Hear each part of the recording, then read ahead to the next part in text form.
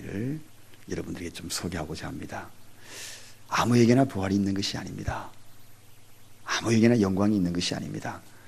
고난을 경험하지 아니하고 부활을 맞이하려고 하고 영광을 맛보려고 하는 것은 양심 없는 사람들이죠. 진정한 믿음이 아닙니다. 오늘 주님이 그걸 보여주시면서 오늘 본문에 그렇게 예언하고 있습니다.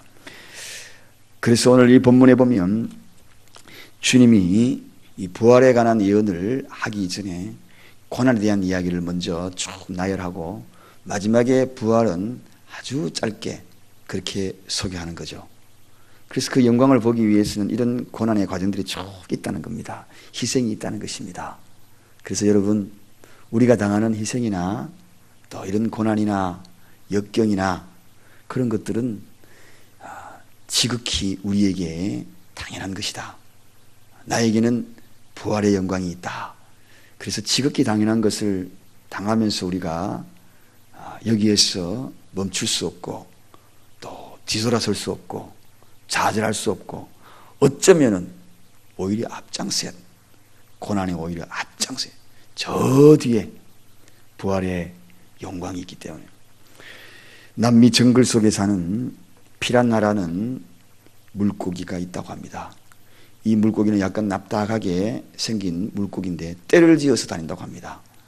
그런데 무섭게도 이 떼를 지어서 다니면서 하나의 목표물이 나오면 거기에 떼를 지어서 공격을 해서 앙상하게 뼈만 남기고 다 먹어치운다고 합니다. 사람이나 소나 말이나 한 마리가 물에 들어오면은 왕창 달라들어서 그 날카롭고 뾰족한 이빨로 물어뜯어서 순식간에 뼈만 앙상하게 남긴다고 합니다. 그런데 그 지역에서 이제 목동들이 자기가 이끄는 양이나 소를 데리고 강을 건너가야 될 때 저 멀리 이제 계절에 따라서 푸른 초장으로 인도를 해야 될 거 아닙니까? 그러면 여기서 풀을 다 먹었기 때문에 저 강을 건너러 가야 되는 거죠. 그때 어떻게 하겠어요? 얼마나 두렵겠습니까? 그런데 그때 이 목동이 한 마리 내지 두 마리 소나 양을 한 마리를 선택해가지고 그것을 물속에 먼저 집어넣는다고 합니다. 그러면 그 한 마리 양이나 소를 향하여 떼를 지어서 이 물고기가 달려들어서 막 뜯어먹는다 합니다. 그 뜯어먹는 순간에 조금 떨어진 곳에서 양떼들을 이끌고 소떼를 이끌고 강을 건너간다는 것입니다. 한 마리의 희생이죠. 그 희생을 통하여서 모든 무리들을 저 강 건너편 푸른 초장으로 인도하는 것이 바로 이 목동이 하는 일입니다. 여러분, 오늘 저와 여러분들에게 저 푸른 초장으로 실만한 물가, 아니 그 부활의 영광, 주님 나라로 인도하기 위하여서 희생하신 분이 계십니다. 그분이 바로 우리가 오늘 읽었던 예수님, 그 일들을 감당하겠다고 지금 예언하고 있는 겁니다. 피라나 고기가 뜯어먹는 그러한 희생물처럼 그렇게 희생되기를 먼저 예언하면서 제자들에게 일러준 그런 말씀입니다.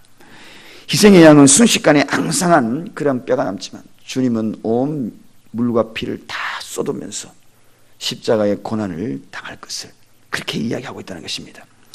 또 다른 이런 희생의 양이 된 예수님, 여러분, 그런데 저와 여러분들의 그런 저 요단강 건너서 주님 나라로 안전하게 들어갈 수 있도록 그 일을 우리에게 허락하여 주시는 그 희생의 제물이 되었는데 오늘 본문에 보면 좀 놀랄 일이 하나가 소개되고 있습니다.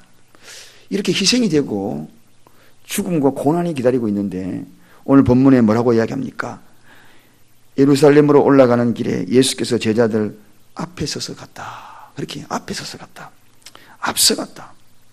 부활을 예언하면서 그 앞에 고난이 지금 기다리고 있는데 그는 처절한 고통이 기다리고 있는데 앞서서 갔다. 이 말이 되는 이야기입니까, 여러분? 정말 이런 일들이 과연 우리에게는 일어날 수 있을까? 고난이 우리에게 있는데 저 앞에 죽음이 있는데 우리가 저 앞에 먼저 앞서서 갈 수 있는가? 교회 일에 여러 가지 어려움이 당하고 또 아니면은 위기가 당할 때에 뒷걸음질 치는 쉬워도 앞서서 가는 것은 쉽지 않거든요. 근데 오늘 주님은 앞서서 갔다는 것입니다. 좋은 일에는 참 앞설 수 있습니다. 세일하면 막 뛰어서 내가 하나 더 차지하기 위해서. 군인들이 내일 휴가 간다 그러면은 어떻게 하겠어요? 휴가 준비하기 위해서 정말 갖가지 멋도 내고 그렇게 해서 이제 고향에 부모님 만나러 가고 또 여자친구 만나러 가고 그럴 텐데, 내일 여행 간다 그러면 가슴이 설레이고 준비하고 보따리 꾸미고 그렇게 우리 하지 않습니까? 휴가 간다 그러면.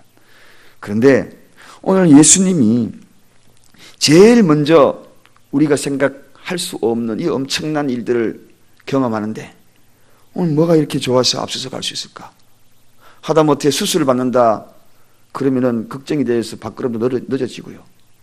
사형수들 발걸음은 더욱더 늦어지고, 죽으러 간다 그러는데 이렇게 앞서갈 수 있을까? 뭐가 그렇게 숨겨져 있기에, 뭐가 그렇게 좋은 일이 기다리고 있기에. 특히나 오늘 여기 보니까 예루살렘으로 올라가는 길에 이렇게 이야기합니다. 여러분, 예루살렘은 지형적으로 약간 올라가는 것은 사실입니다. 하지만 단순히 지형이 올라가는 것이 아니라 마음도 들떠 있는 겁니다. 올라간다 그럴 때 주를 앙모하는 자 올라간다 그럴 때 굉장히 마음이 들떴을 때 올라가잖아요. 예루살렘으로 올라가는 길에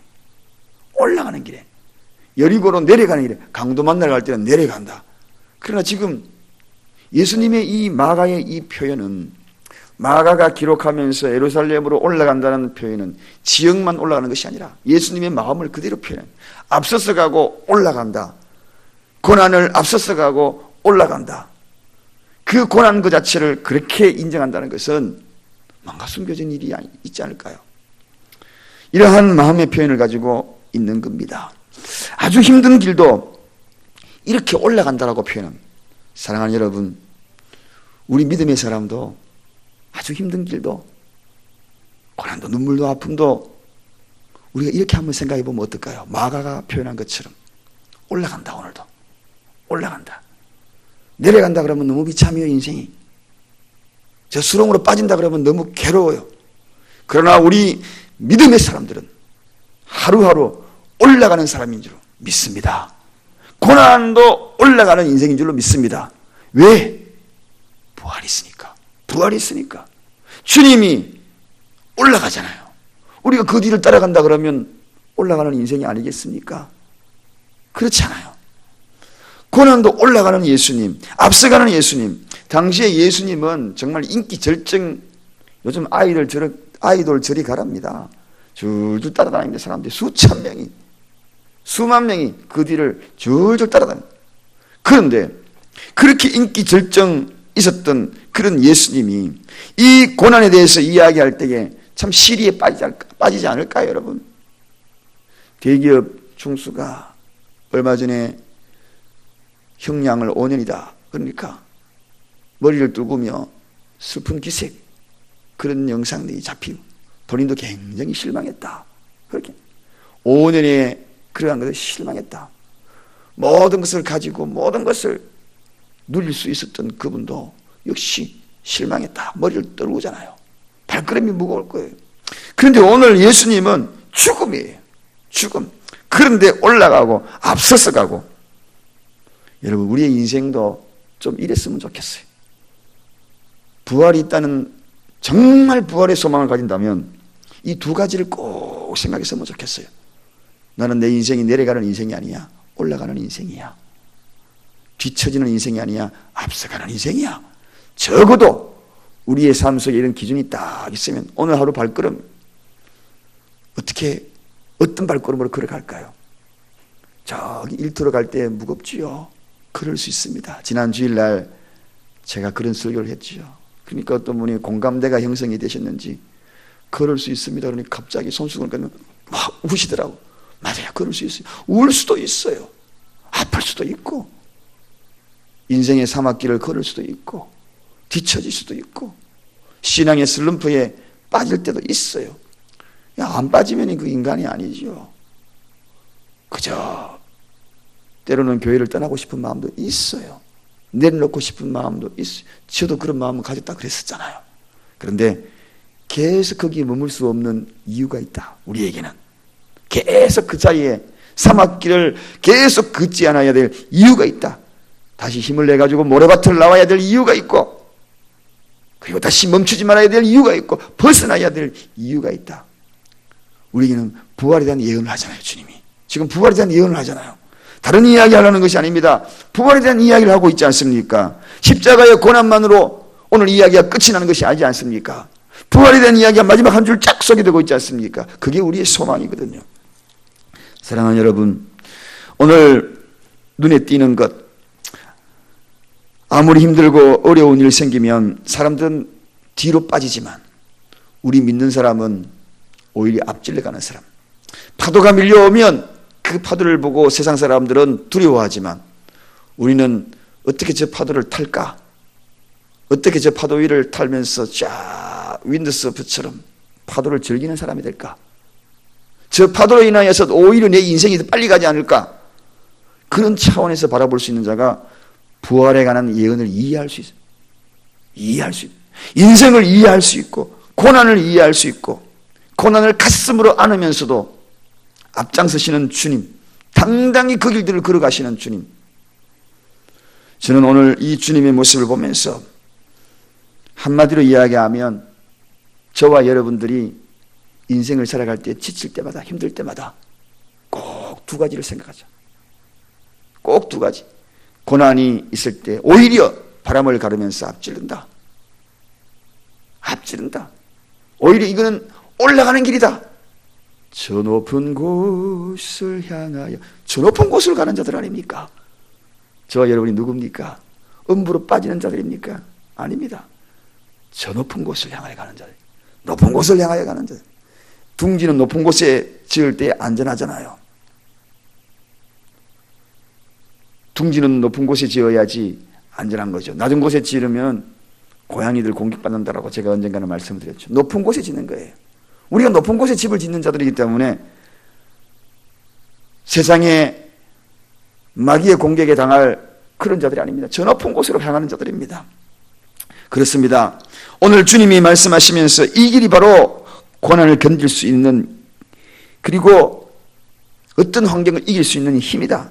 그래서 마지막 우리가 오늘 본문 읽었던 33절, 34절 한번 봅시다. 수많은 고난들을 이야기하면서 주님이 딱 한마디 마지막에 하신 말이 뭔지 우리 다 같이 한번 33절, 34절 본문 읽어보도록 하겠습니다. 다 같이 읽습니다. 시작.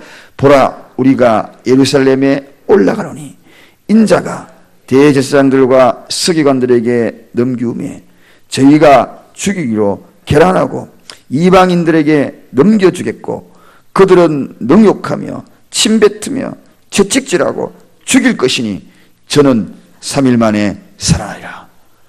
능욕하고 침뱉고 채찍질, 이게 기다리고 있어요. 그래서 제일 앞으로 가잖아요. 그리고 예루살렘으로 올라간다 그러잖아요. 근데 마지막에 하신 말이 뭡니까?